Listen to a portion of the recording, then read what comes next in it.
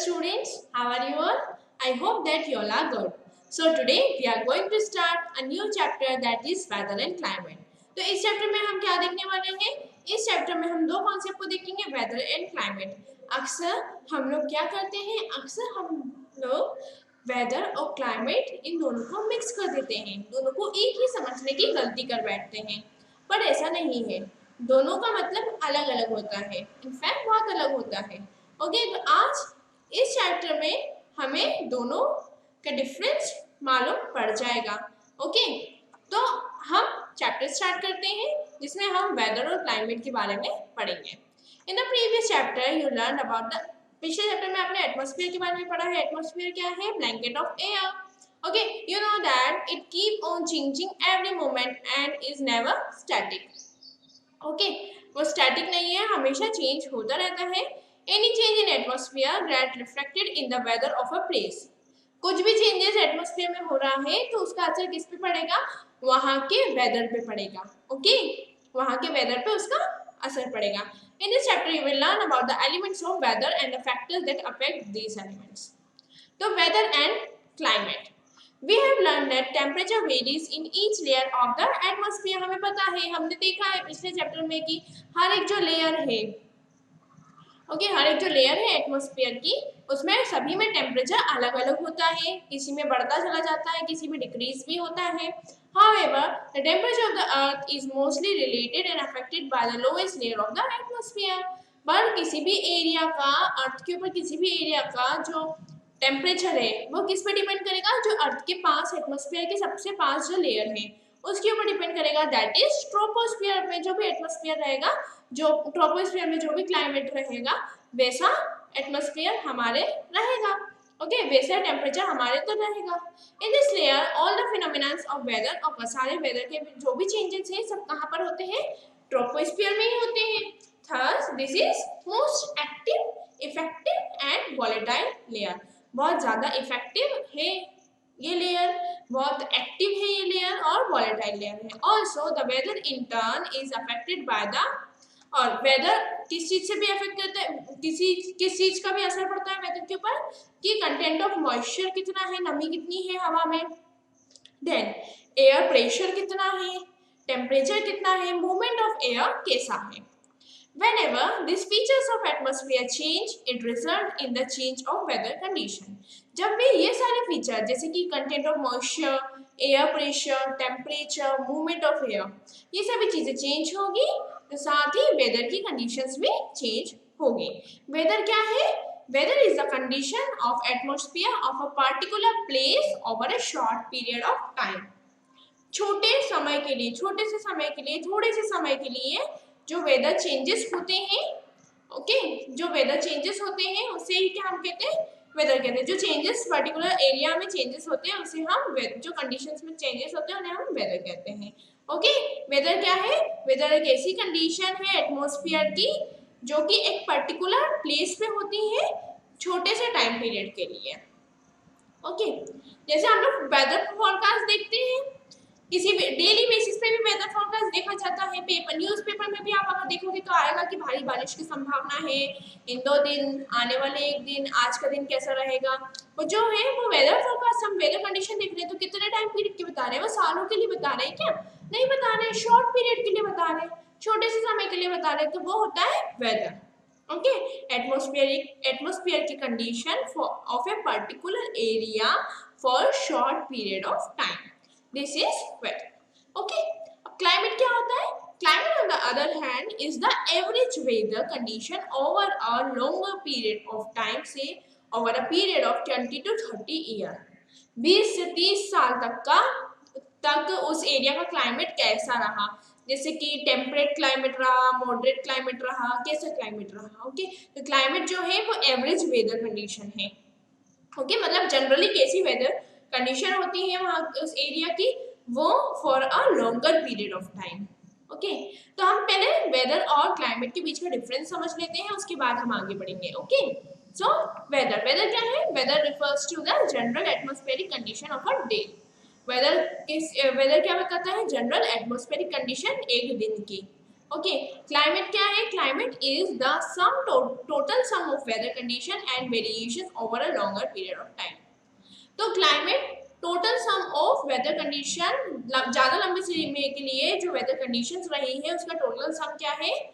Climate कहलाता है। और वेदर सिर्फ एक दिन का होता है, ठीक है, एक दिन की जो कंडीशन है एटमॉस्फेयर की वो है। In weather there can be multiple weather condition in a day.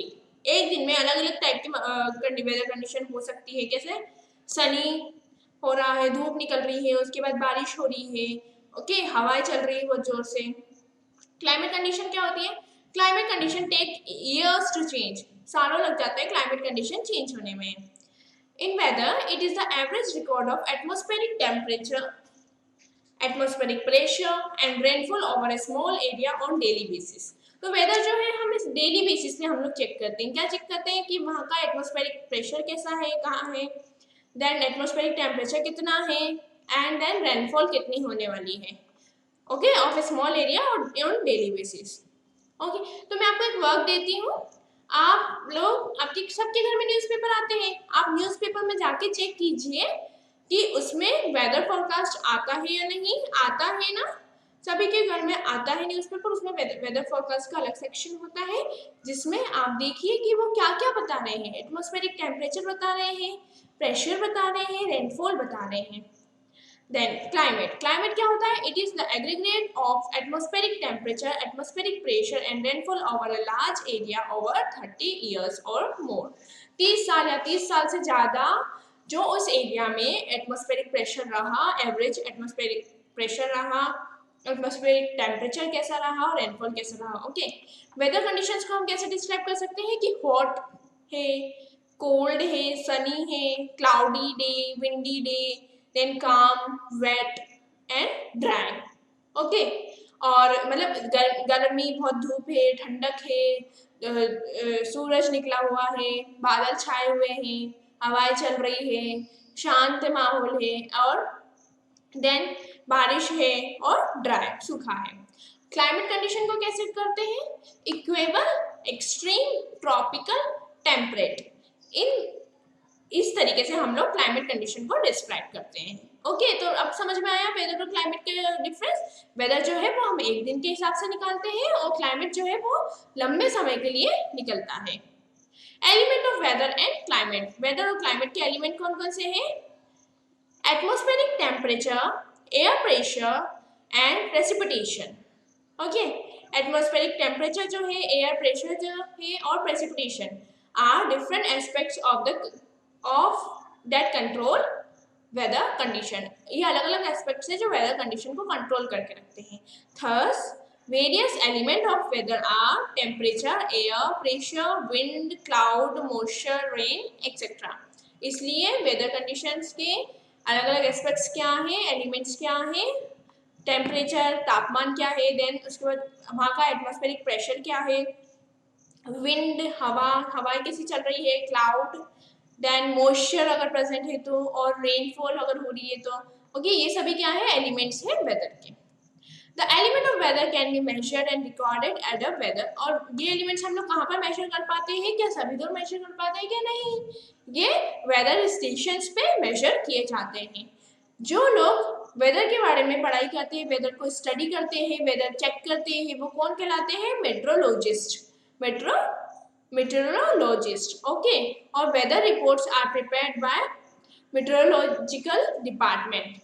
Okay, ये इन्हीं का डिपार्टमेंट, मेट्रोलॉजिकल डिपार्टमेंट ही वेदर कंडीशंस को चेक करता है, इसकी रिपोर्ट पूरी बनाता है। दे यूज, बहुत सारे इंस्ट्रूमेंट वो यूज करते हैं। हमारी बुक में उनके क्या दिए गए हैं? फोटोग्राफ भी दिए गए हैं अगले ही पेज पर, आप देखिए कौन कौन से इंस्ट्रूमेंट है? Barometer, thermometer, wind vanes and radars to gain information about the weather. Daily reading of instrument recording the various element of weather are taken every 24 hours.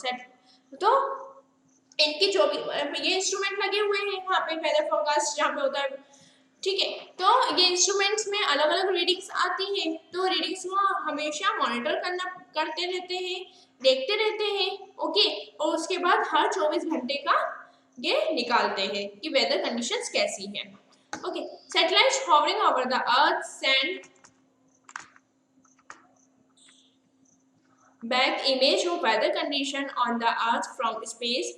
जो सैटेलाइट्स अर्थ के आसपास ऊपर घूम रही है स्पेस में, वो क्या करेंगी, इमेजेस जो है वेदर कंडीशंस की इमेजेस भेजेंगी on the earth from space, space से। And this information is recorded on, कहाँ पे रिकॉर्ड की जाती है ये इंफॉर्मेशन, वेदर मैप्स पे एंड सिनॉप्टिक चार्ट्स पे to obtain a weather forecast, weather forecast जानने के लिए।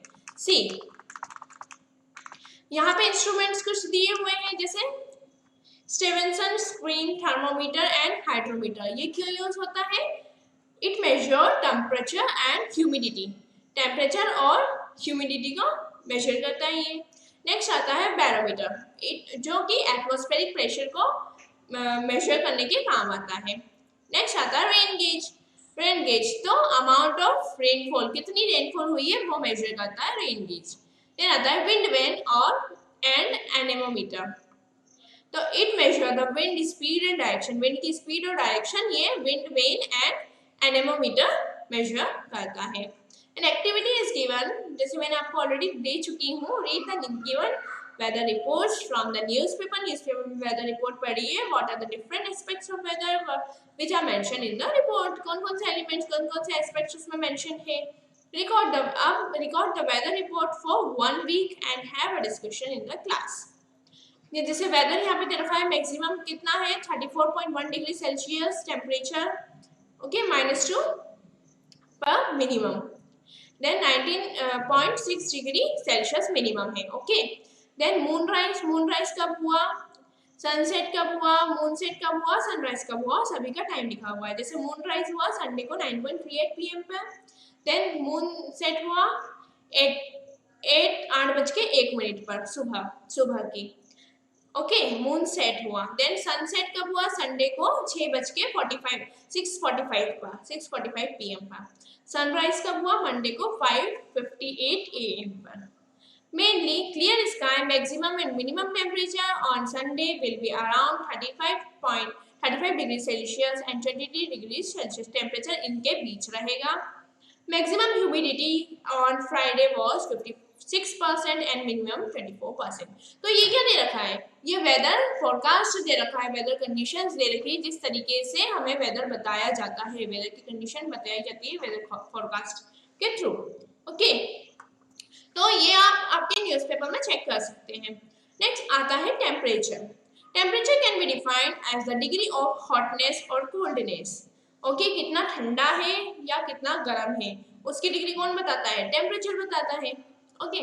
Temperature of the atmosphere change not only during the day, किसी भी एरिया का टेम्परेचर दिन में ही नहीं बदलता, रात में भी बदलता है, बट दिन में और रात में ही नहीं, सीजन टू सीजन भी वेरी करता है, okay. Not only during the day and night, दिन और रात में ही नहीं, but also from season two season, season two season भी जो है टेम्परेचर वेरी करता है। जैसे कि कोल्ड सीजन है, मतलब हमारा विंटर सीजन है, तो विंटर सीजन में टेम्परेचर क्या रहेगा, कम रहेगा, समर सीजन में ज़्यादा रहेगा, ओके, रेनी डेज में मॉडरेट रहेगा, ऐसे टेम्परेचर रहते हैं। Temperature is recorded in the shade in a Stevenson screen by the maximum minimum 6 thermometer, highest and lowest temperature is in 24 hours। तो ये हमने जो देखा है स्टेवेंसन स्क्रीन, यहाँ पे क्या किया जाता है, इस थर्मोमीटर में टेम्परेचर को मेजर किया जाता है, जिसमें हाईएस्ट टेम्परेचर और लोवेस्ट टेम्परेचर रिकॉर्ड किया जाता है, okay. It is recorded in degree centigrade और सेल्सियस, डिग्री सेल्सियस में ये रिकॉर्ड किया जाता है या फिर degree Fahrenheit. Incoming energy from the sun also known as the insulation first, हमने कल पढ़ा था इनकमिंग सोलर रेडिएशन जो है या सन की जो एनर्जी जो इनकमिंग है वो कौन सी क्या कहलाती है, इंसुलेशन कहलाती है, ओके। तो incoming energy from the sun also known as the insulation first heat up the earth surface and then the heated surface is turn warm up the air above it, okay.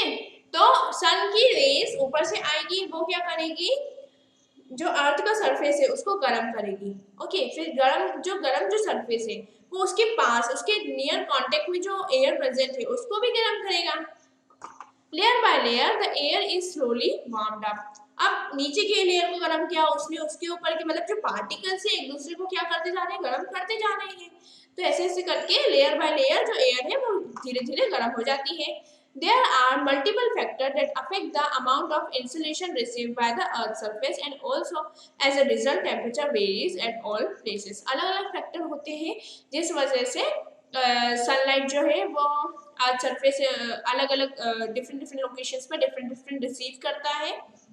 As a result अलग अलग places पे अलग अलग temperature होता है। Some of them are given below. और कुछ factors क्या हैं जो इसको टेम्परेचर को अफेक्ट करते हैं। सबसे पहला है latitude. Okay, the insolation decreases from equator. आपको latitude, lines of latitudes and longitude पता है, आई होप आपको पता है। लैटिट्यूड की लाइन इक्वेटर जो पैरेलल लाइंस है अर्थ सरफेस पे, डायरेक्ट सनरेज कहाँ पड़ती है, इक्वेटर पे पड़ती है। देन ट्रॉपिक ऑफ कैंसर, नीचे फिर साउथ में आता है ट्रॉपिक ऑफ कैप्रिकॉर्न एंड ऊपर आर्कटिक सर्कल, फिर वापस साउथ में एंटार्क्टिक सर्कल। इस तरीके से ये क्या है, लैटिट्यूड है, तो उस पे उसका भी फर्क पड़ता है। The insolation decreases from, insolation जो है इनकमिंग सन एनर्जी कहाँ से डिक्रीज हो जाती है, अर्थ से अगर हम पोल की तरफ जाएंगे। इक्वेटर से हम लोग अगर पोल की तरफ जाएंगे, या चाहे वो नॉर्थ पोल हो या साउथ पोल हो, इंसोलेशन जो है इनकमिंग सोलर एनर्जी जो है वो डिक्रीज होती जाएगी, क्योंकि एंगल जो है सनरेज का वो चेंज होगा due to the curvature of the earth and angle of the sun. At the equator sun, equator पे सन क्या है, ओवरहेड है, बिल्कुल सिर पे है सन। ओके, बिल्कुल सीधी रेज आ रही है। So it's heat is concentrated on a small area. Towards the pole the sun shines at an angle. Poles की तरफ सन एक एंगल पे शाइन करता है। Okay, the solar energy spread over a large area and temperature is lower. Okay, solar इस जैसे ऐसे angle से जाएगा तो सोलर एनर्जी यहाँ पे क्या रहेगी, लार्ज रहेगी। सोलर एनर्जी जो है वो वहाँ पे लार्ज एरिया में पहुंचेगी और टेम्परेचर कम रहेगा। साथ ही अगर बिल्कुल सीधी जा रही है, इक्वेटर की तरफ जा रही है, तो सोलर एनर्जी भी पहुंच रही है, साथ में छोटे एरिया पे भी पहुंच रही है, तो टेम्परेचर क्या रहेगा, ज्यादा रहेगा। नेक्स्ट आता है altitude. Temperature decreases with altitude. Altitude मतलब height. With increasing altitude air become less dense and contain less dust and water vapour. जैसे जैसे हाइट बढ़ेगी, जैसे जैसे एल्टीट्यूड बढ़ेगा, वैसे वैसे जो एयर है वो लेस डेंस होगी और उसमें डस्ट के पार्टिकल्स, वाटर वेपर के पार्टिकल्स कम होंगे। Heat therefore is able to escape more rapidly thereby lowering the air temperature। तो जो हीट है वो इजीली ऊपर निकल जाएगी, इजीली बाहर निकल जाएगी, क्योंकि उसमें कुछ अटकेगा नहीं, डस्ट पार्टिकल्स ट्रैप नहीं करेंगे हीट को, वाटर वेपर नहीं ज़्यादा नहीं होगा वहाँ पे, तो इजीली वो निकल जाएगी, इसलिए रुकेगी नहीं वहाँ पे, इसलिए क्या वहाँ का टेम्परेचर कम होता है। Okay, temperature decreases at the rate of 1 degree Celsius with every 166 meter of ascent. This is called lapse rate। ये हमने पिछले चैप्टर में भी पढ़ा है। जो टेम्परेचर डिक्रीज होता है 1 डिग्री डिक्रीज होता जाता है 116 मीटर्स, हम जैसे ऊपर जाते जाए, जैसे 116 मीटर ऊपर चले गए, फिर यहाँ से 116 मीटर और ऊपर चले गए, तो टेम्परेचर 1 डिग्री कम होता जाता है, और इसी चीज़ को हम क्या बोलते हैं, लैप्स रेट कहते हैं। नेक्स्ट आता है, नेक्स्ट फैक्टर क्या है, वेजिटेशन, मतलब जो ट्रीज एंड प्लांट वहाँ पे मौजूद हैं। Trees and plants have a cooling effect on the atmosphere. आपने जनरली देखा होगा कि अगर हम गार्डन में जाते हैं या किसी फॉरेस्ट एरिया में जाते हैं और सिटी में जाए, दोनों में अंतर रहता है। फॉरेस्टेड एरिया में हमें थोड़ी ठंडक महसूस होती है, क्यों, क्योंकि ट्रीज क्या करते हैं, हमें छाया भी प्रोवाइड करवाते हैं और ठंडक भी प्रोवाइड करवाते हैं। देयरफॉर फॉरेस्ट और ग्रासी एरियाज जो है वो कूलर रहते हैं, ठंडे रहते हैं। Next is urbanization. At night in cities and towns, the concrete and metal and glass covered high-rise building, asphalt road and paved areas keep off heat they store throughout the day. Urbanization मतलब जो city, जो developed area होता है city वाला, okay, city या towns, तो यहाँ पे कंक्रीट के रोड भी होते हैं, ओके, बिल्डिंग्स भी बनी होती है, मेटल की कुछ चीजें भी बनी होती है बिल्डिंग्स में, बाहर से ग्लास होता है। ओके, तो ये क्या करता है, दिन भर की धूप को ट्रैप कर लेता है और रात के टाइम पे इसे रिलीज करता है, छोड़ता है, इसलिए जो नाइट टेम्परेचर है वो बढ़ा हुआ रहता है यहाँ पे in urban city towns and cities, in towns and cities यहाँ पे क्या होता है, नाइट का टेम्परेचर, रात का टेम्परेचर ज़्यादा होता है एज कम्पेयर टू हम विलेजेस का देखें जहाँ पे ओपन और जो ओपन प्लेसेस है वहाँ का देखें। ओके, तो आप रात विलेजेस एंड ओपन प्लेसेस में तो इवन आपको ठंड भी लग सकती है थोड़ी रात में, बट अगर सिटी एरिया में हो तो वहाँ पे आपको ज़्यादा ठंड नहीं लगेगी। क्यों? क्योंकि वहाँ पे जो ट्रैप कर रहे हैं, जो मेटल एंड जो कंक्रीट, ये सब चीज़ें जो हीट को ट्रैप कर रहे हैं वो रात में रिलीज कर रहे हैं, जिससे अर्थ का टेम्परेचर क्या है, गर्म है। ओके, नेक्स्ट आता है distance from the water bodies. Water bodies से कितनी दूरी है। Areas closer to water bodies such as lakes and sea have a cooling effect. This is why coastal areas are cooler. Okay, जो area कहाँ पे है, पास है वाटर बॉडीज के, वो वहाँ पे ठंडक का एहसास होता है। दैट इज वाई जो कोस्टल एरिया जो है, जो समुद्र के पास वाले एरियाज है, वो ठंडे होते हैं। Okay, now can you explain why in average day it is usually cooler in the morning and evening and hotter in the afternoon. क्या आप बता सकते हैं? क्यों नहीं बता सकते, इजीली बता सकते हैं, हमने पढ़ा है चीजें, स्पेशली जो अर्बनाइजेशन वाला टॉपिक है उसमें हमने जो चीज पढ़ी है, जो पॉइंट पढ़ा है, उससे हम इस आंसर को काफी इजीली सॉल्व कर सकते हैं। ओके, नेक्स्ट आता है air pressure. Air pressure on our bodies with great force, however we don't feel it. हमारी बॉडी के ऊपर भी क्या हो रहा है, एयर प्रेशर लग रहा है, पर हम लोग उसे फील नहीं कर पाते। क्यों? क्योंकि this is because the air pressures us from all direction. क्योंकि एयर क्या कर रही है, हमारे आजू बाजू सब लोग हैं एयर, तो एयर हर तरफ से हमें प्रेस कर रही है, तो हमें पता नहीं पड़ पा रहा है कि कितना प्रेस कर रही है, कहाँ प्रेस कर रही है, फोर्स हमें पता नहीं पड़ रहा है। Okay, and our body exert a counter pressure. तो एयर हमें प्रेस कर रही है, तो हमारी body in return counter pressure वो भी उसके ऊपर डाल रही है, कि दोनों एक दूसरे पे प्रेशर डाल रहे हैं, इसलिए हमें पता नहीं पड़ पा रहा है। Air has weight and exert pressure on the earth surface. Air जो है, एटमॉस्फेयर कैसे बना है, पूरा एयर से बना है, तो इस एयर में भी क्या होता है, वेट होता है, वजन होता है, तो जो कि ये अर्थ की सरफेस पे डाल रहा है वजन। इस वजन को, इस प्रेशर को हम क्या कहते हैं, एयर प्रेशर कहते हैं या फिर एटमॉस्फेरिक प्रेशर कहते हैं। Okay, got it. Atmospheric pressure क्या होता है, जो प्रेशर एयर प्रोवाइड कर रही है या डाल रही है ऑन द अर्थ सरफेस, वो एटमॉस्फेरिक प्रेशर होता है। ठीक है, the density and the pressure in the air decreases with altitude. अब जैसे हम नीचे बैठे हैं, नीचे हैं, मतलब एल्टीट्यूड, लोअर एल्टीट्यूड पे हैं, ज़्यादा हाइट नहीं है, तो वहाँ पे हम बैठे हैं, तो कितना बड़ा एयर का पूरा सेक्शन होगा जो प्रेशर डालेगा, तो ऑटोमेटिकली एयर प्रेशर ज़्यादा होगा। जैसे जैसे जो है एल्टीट्यूड बढ़ेगा, हाइट बढ़ेगी, ओके, वहाँ पे प्रेशर क्या होगा, डिक्रीज होगा। The density and the pressure in the air decreases with altitude.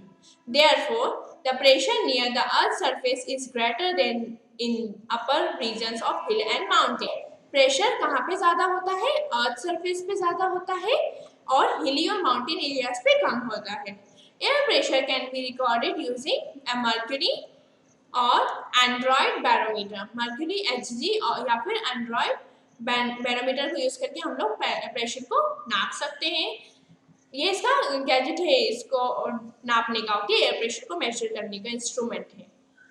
Temperature and air pressure have inverse relationship, मतलब उल्टा, बिल्कुल उल्टा रिलेशनशिप है टेम्परेचर और एयर प्रेशर का। जब temperature is high, pressure is low. जब टेम्परेचर बढ़ता है, प्रेशर कम होता है। ये आपको हमेशा याद रखना है। ओके, ये वाले जो पॉइंट्स है ना, ये आपको हमेशा याद रखना है कि जब भी बढ़ेगा, टेम्परेचर और एयर में क्या है, इनवर्स रिलेशनशिप है। जब टेम्परेचर बढ़ेगा तब प्रेशर कम होगा, एंड टेम्परेचर कम होगा तब प्रेशर जो है वो बढ़ेगा। Okay, when temperature is high pressure is lower and when temperature is low pressure is high, मतलब बिल्कुल उल्टा रिलेशन है। Areas with low temperature have cold air. Low temperature, जहाँ पे कम टेम्परेचर होता है, टेम्परेचर जहाँ का कम होता है वहाँ पे कोल्ड एयर रहती है। Cold air is heavy, cold air heavy होती है and it sinks while warm air is lighter and it rises. तो जो कोल्ड एयर है वो हैवी होती है। ओके, तो हैवी एयर जो है, जो भी चीज हैवी होती है, अगर पानी में आप पत्थर डालेंगे, पत्थर हैवी होता है, पत्थर नीचे डूब जाता है, राइट। तो हैवी एयर क्या होगी, नीचे सिंक हो जाएगी, नीचे आ जाएगी, और जो लाइटर एयर है, जो लाइटर एयर कौन सी होती है, वार्म एयर, गर्म वाली एयर जो है वो लाइटर होती है, वो ऊपर उठ जाती है। Okay, this variation causes air to move which we call name as wind. Okay, तो ये जो उसका जो टेम्परेचर है एयर का, वही उसे क्या कर रहा है, मूव करवा रहा है ऊपर नीचे। ओके, फिर वो ऊपर जाएगी, फिर गर्म होगी, फिर ठंडी होगी, फिर नीचे जाएगी, फिर नीचे की वापस ऊपर चली जाएगी। तो ये इससे मूवमेंट हो रहा है, इसी मूवमेंट को हम क्या बोलते हैं, इसी मूवमेंट को हम विंड कहते हैं। Therefore there are 4 pressure belt on earth, इसलिए अर्थ पे कैसे 4 प्रेशर बेल्ट है। Okay, equatorial low pressure belt and polar high pressure belt are thermal, while subtropical high pressure belt and tropical temperate low pressure belt are formed due to dynamic reason। जो equatorial, okay, तो अर्थ के ऊपर 4 pressure belt है, आपको फिलहाल के लिए ये याद रखना है कि there are 4 pressure belt on earth. कौन कौन से प्रेशर बेल्ट है, equatorial low pressure belt, polar high pressure belt, subtropical low pressure high pressure belt and temperate low pressure belt. Okay, ये 4 हमारे यहाँ क्या है, प्रेशर बेल्ट होते हैं। तो इक्वेटोरियल लो प्रेशर बेल्ट और पोलर हाई प्रेशर बेल्ट जो है वो थर्मल होते हैं, गर्म होते हैं, और वाइल जो सब ट्रॉपिकल हाई प्रेशर बेल्ट और टेम्परेट लो प्रेशर बेल्ट है वो डायनेमिक अलग अलग रीजंस की वजह से अलग अलग होते हैं। ओके, उस वजह से ये बनते हैं। Air pressure varies with temperature and altitude, air pressure change होता है टेम्परेचर और एल्टीट्यूड के साथ। टेम्परेचर के साथ कैसे चेंज होता है, हॉट एयर लाइट होती है, लाइटर होती है, हैंस वो ऊपर चली जाती है, it rises certain area of lower pressure, heavier colder air descends creating area of high pressure। और कोल्डर एयर क्या करेगी, हाई प्रेशर को क्रिएट करेगी, हॉट एयर जो है वो लो प्रेशर को क्रिएट करेगी। ओके, देन एल्टीट्यूड क्या होता है, altitude as the atmosphere become thinner pressure decreases. कैसे इफेक्ट करेगा एयर प्रेशर पे एल्टीट्यूड, जैसे ही एल्टीट्यूड जो है, हम लोग हाइट पे जाएंगे, प्रेशर जो है एटमॉस्फेयर का वो कम होगा। ओके, प्रेशर अपने आप कम होगा क्योंकि एटमॉस्फेयर की जो लेयर है वो हमारे ऊपर पतली होती जा रही है, जैसे जैसे हम हाइट पे बढ़ रहे हैं, तो प्रेशर जो है वो भी कम हो जाएगा। तो ये एयर प्रेशर इन टेम्परेचर और एल्टीट्यूड की वजह से अलग अलग होते हैं। आई होप आपको इतना समझ में आया होगा एयर प्रेशर के बारे में। नेक्स्ट आता है विंड। द मूविंग एयर जो है, अभी हमने पढ़ा था कि ये जो मूव हो रही है एयर, इसे हम क्या कहते हैं, उसे हम विंड कहते हैं।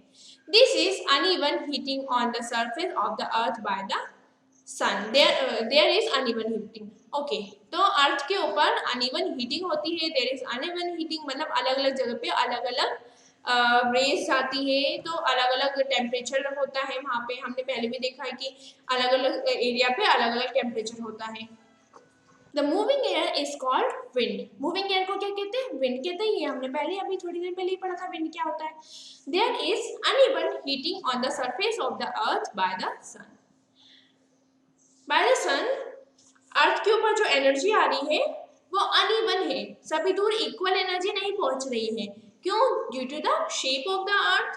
ओके, कहीं बिल्कुल डायरेक्ट रेज जा रही है, कहीं स्लैंटिंग रेज जा रही है, तो इस वजह से अनइवन डिस्ट्रीब्यूशन हो रहा है, राइट।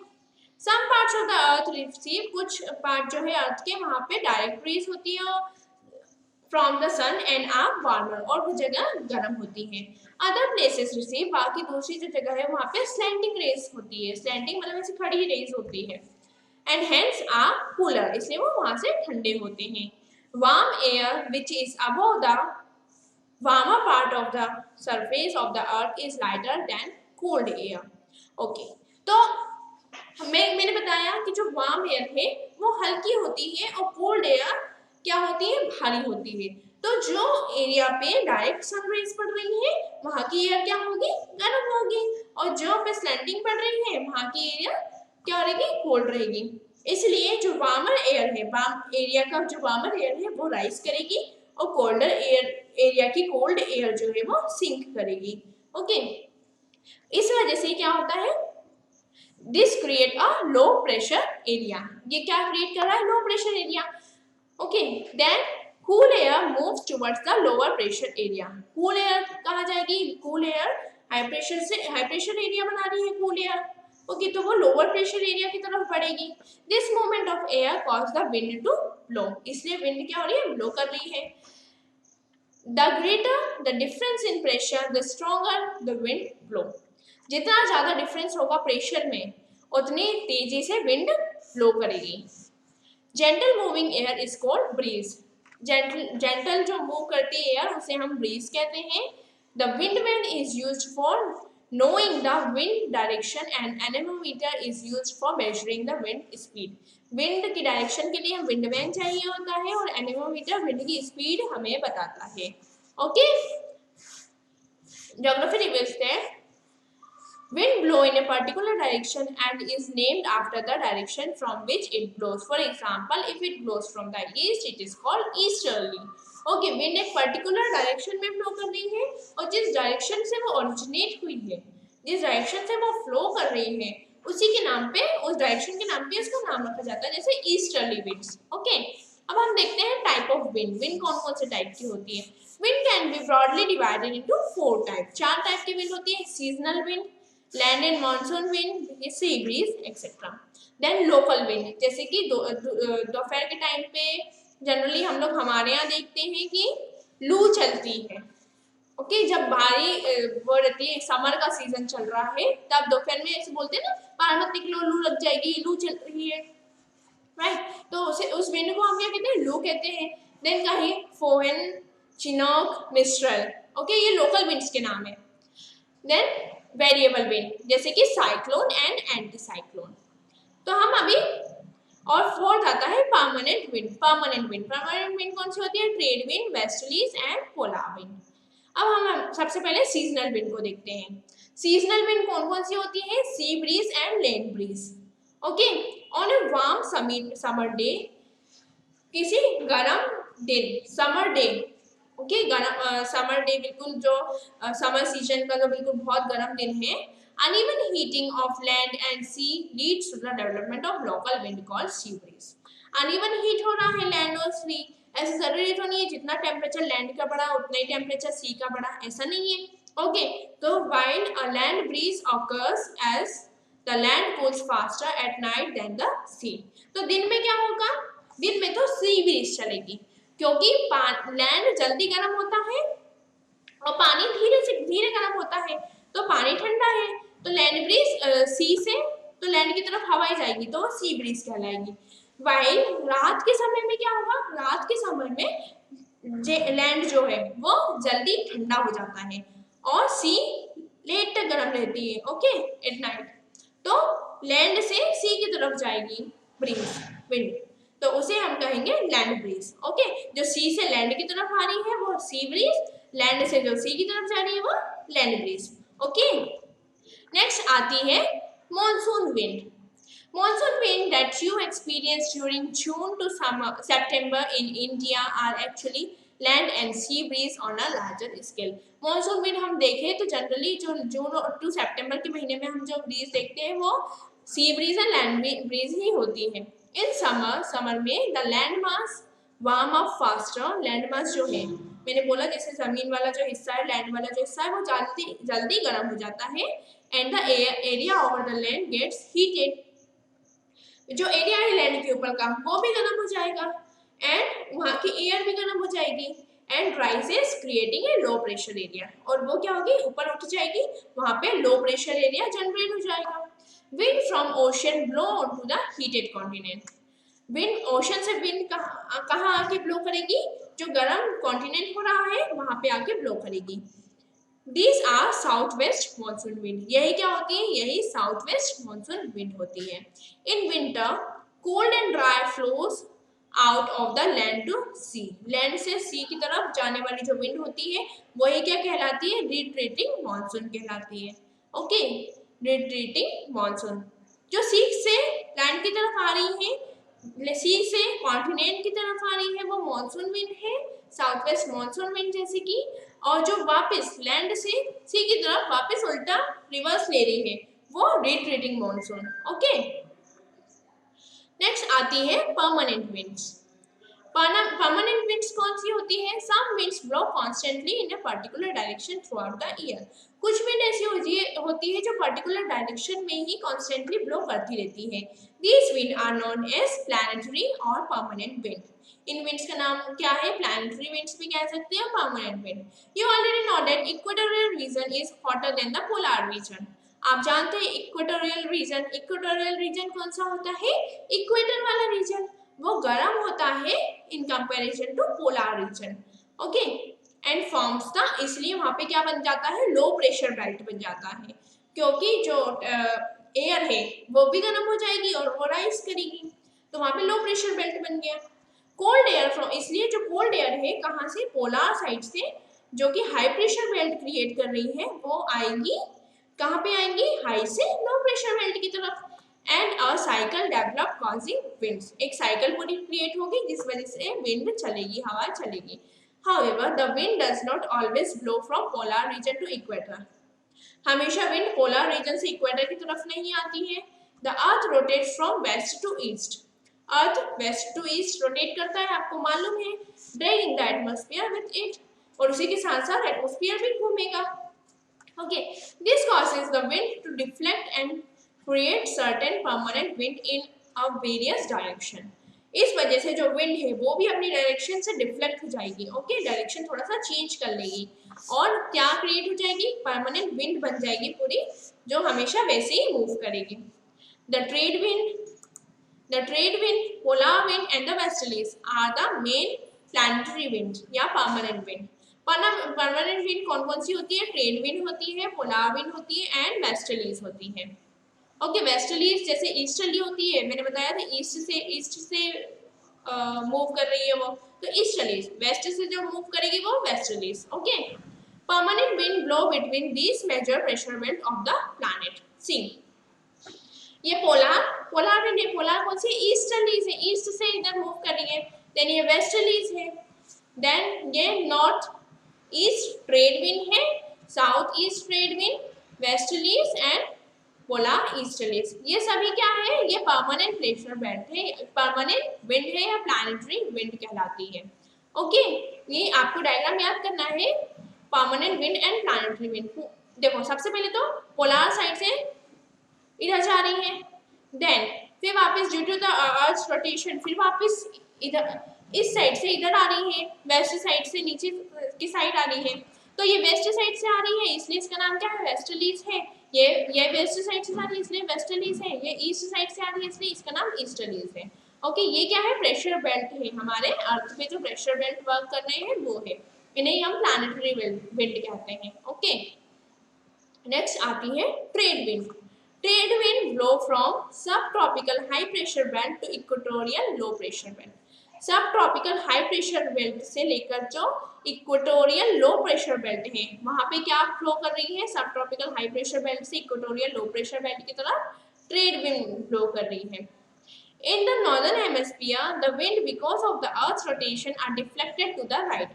Northern hemisphere में क्या हो रहा है? Due to the rotation of the Earth, ये कहाँ डिफ्लेक्ट हो गई? राइट साइड, राइट की तरफ, राइट डायरेक्शन में डिफ्लेक्ट हो गई।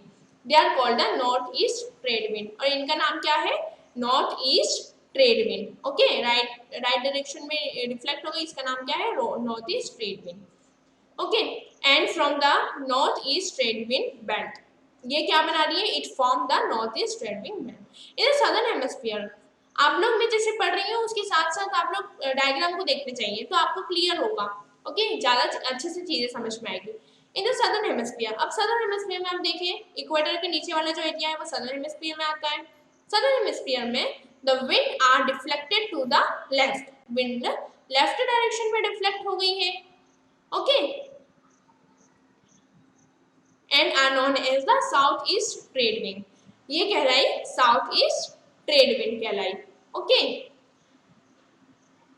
The place where the north east trade wind and the south east trade winds meet is a calm place called doldrum. जहां पे नॉर्थ ईस्ट ट्रेड विंड और south east trade wind mill रही है वो place क्या कहलाई? डॉल्ड्रम। Okay, ये क्या कहलाई? डॉल्ड्रम। अब आती है westerlies. The westerlies blow from the subtropical high pressure belt to the tropical low pressure belt. सब वेस्टर्लीज सब ट्रॉपिकल हाई प्रेशर बेल्ट से लो प्रेशर बेल्ट की तरफ मूव कर रही है। ओके, सब ट्रॉपिकल हाई प्रेशर बेल्ट से लो प्रेशर बेल्ट की तरफ मूव करती है westerlies. Surface winds from the sub tropical high pressure belt or the host latitude move poleward towards the temperature low pressure band at 60 degree north and south of the latitude. Okay, ये किस side move कर रही है? 60 degree north and south की तरफ move कर रही है। In the northern hemisphere they come from the south western direction. Northern hemisphere में ये कहाँ से आ रही है? साउथ वेस्ट डायरेक्शन से आ रही है। Okay, and are known as south westerly, इसलिए क्या क्या कहलाई? साउथ वेस्टर्ली कहलाई। And in the southern hemisphere में वो नॉर्थ वेस्ट डायरेक्शन से आ रही है, तो वो नॉर्थ वेस्टर्ली कहलाई। ओके, साउथ में जो नॉर्थ वेस्ट डायरेक्शन से आ रही है, तो ये नॉर्थ वेस्टर्ली कहलाई। ओके, नेक्स्ट आती है पोलर विंड। मतलब हम क्या समझ रहे हैं? इस डायग्राम को पूरे को समझ रहे हैं अभी हम, तो आप पढ़ते पढ़ते इस डायग्राम को भी देखते जाएं, तो आपको इजीली समझ में आएगा और याद भी रहेगा। आपको ये डायग्राम याद रखना है।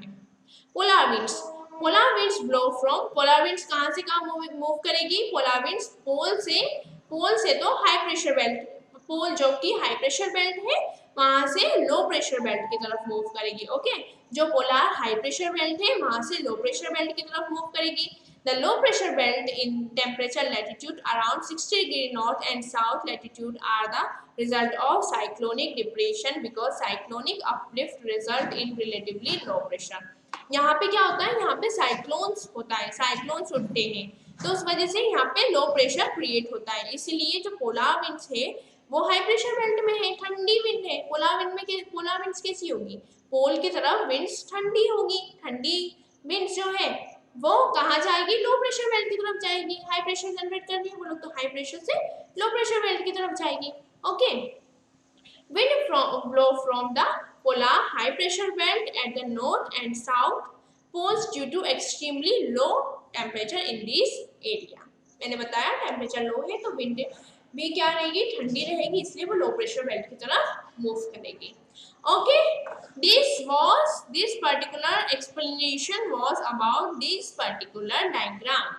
तो आपको ये डायग्राम याद करना है, तभी आपको ये सब चीजें आसानी से समझ में आएंगी। नेक्स्ट आती है local winds. These winds are localized over small area and can be warm winds like the Chinook in the USA and Canada.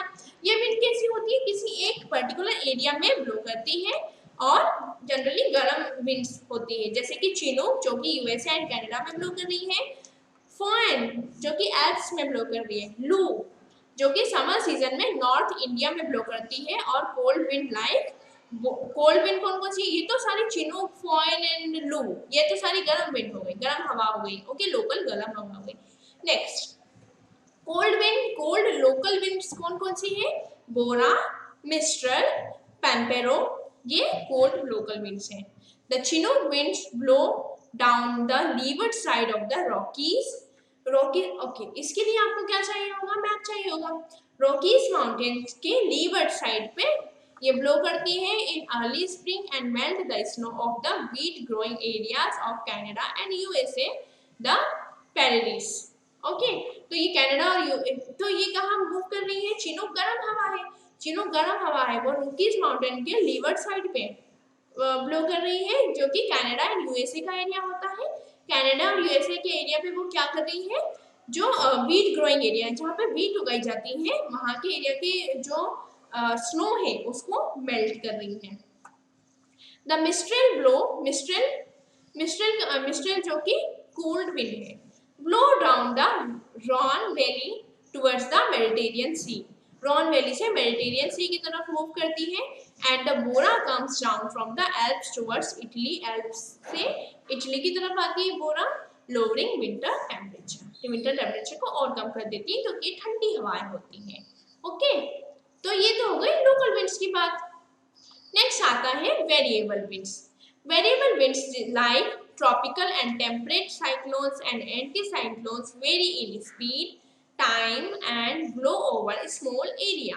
Variable winds जैसे कि cyclone, tropical and temperate cyclone and anti cyclone. इनकी अलग अलग speed होती है, अलग अलग time पे आते हैं और अलग ब्लो होते हैं। Okay, over a small area, छोटे एरिया पे ही ये फ्लो करते हैं। साइक्लोन, साइक्लोन क्या होते हैं? Cyclone is a huge storm that originate at the sea. Cyclone sea से ओरिजिनेट होता है। It is characterized by a low pressure center and strong winds spiraling inward and outward. Okay, तो इसकी characteristics क्या है?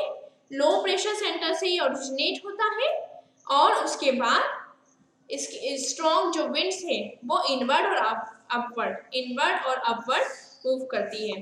They develop in trade winds belt between trade wind belt कौन कौन से 5 डिग्री लैटिट्यूड से लेकर 20 degree latitude north and south equator में ये ओरिजिनेट होते हैं। ओके, क्या ओरिजिनेट होते हैं? साइक्लोन्स। नेक्स्ट आते हैं anticyclone. In anticyclone में the air is sinking and warm. Air क्या होता है? सिंक करती है और गर्म रहती है। As warmer air can hold more water vapour. Warmer air में ज्यादा से ज्यादा वाटर वेपर होता है। क्लाउड्स बन जाते हैं, इसलिए एंटी साइक्लोन में क्लाउड्स बन जाते हैं। Anticyclone can become stationary giving settled weather, clear skies and calm wind. Anticyclone जो है वो थम भी जाता है, स्टेशनरी हो जाता है बिल्कुल। ओके, किसी एरिया पे हो रहा है एंटी साइक्लोन पहुंचा और वहां पर स्टेशनरी हो जाता है, रुक जाता है। ओके, सेटल्ड वेदर वहां पे प्रोवाइड करवा देता है, क्लियर साफ स्काई प्रोवाइड करवा देता है, काम विंड। ओके, ये एंटी साइक्लोन का काम है। तो यहाँ पे हमारी विंड्स खत्म होती है। आई होप आपको विंड समझ में आई होगी। टाइप ऑफ विंड आप लोगों को फिर से एक बार रिवाइज करनी होगी, तो ताकि आपको अच्छे से और ज्यादा अच्छे से क्लियर हो जाए, समझ में आ जाए। ओके, एक बार आप अच्छे से रिवाइज करेंगे तो आपको समझ में आ जाएंगी। नेक्स्ट जो है मॉइस्चर। अब ये टॉपिक हम कल पढ़ेंगे, आज के लिए इतना काफी था। Okay, so we will meet in our next lecture. Till then, thank you and have a nice day.